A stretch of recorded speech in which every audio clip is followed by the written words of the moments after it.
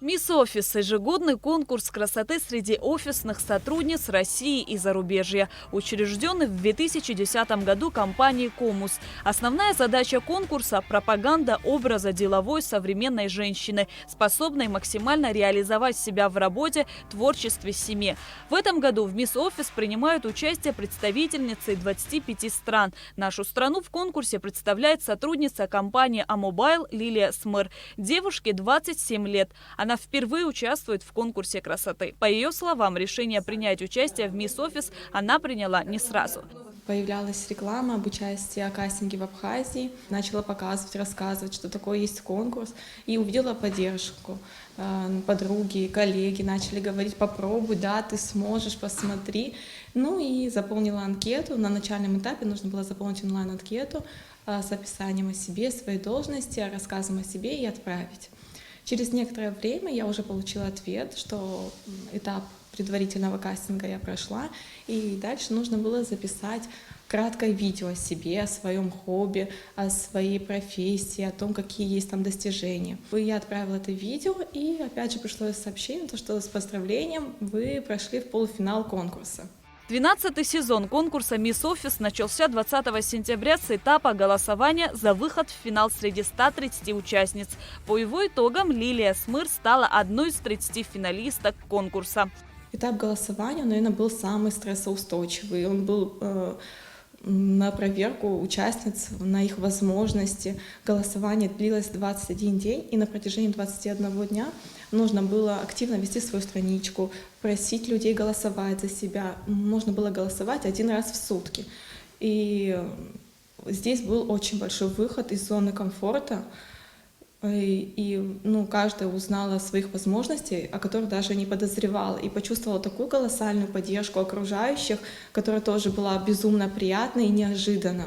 Лилия Смыр – мама 2 детей. Она работает в сотовой компании «Амобайл» бухгалтером 6 лет. Успешно совмещает семью и работу. Сейчас Лилия активно готовится к финалу конкурса, на котором настроена покорить жюри и зрителей. Нам сразу же раздали задание, то есть с того дня мы сразу готовимся активно к финалу. Могу сказать, что написана визитка. Это представление себя и компании на этом конкурсе. Также пошит костюм на арт-дефиле. Это будет один из выходов. Костюмы наши не касаются темы экологии, как и вся тема этого сезона. Это тема экологии, проблем экологии. Там будет творческий выход. Это будут танцы, песни, будет викторина, где будут проверять участниц на их сообразительность и общее развитие на темы экологии и социально значимые проблемы.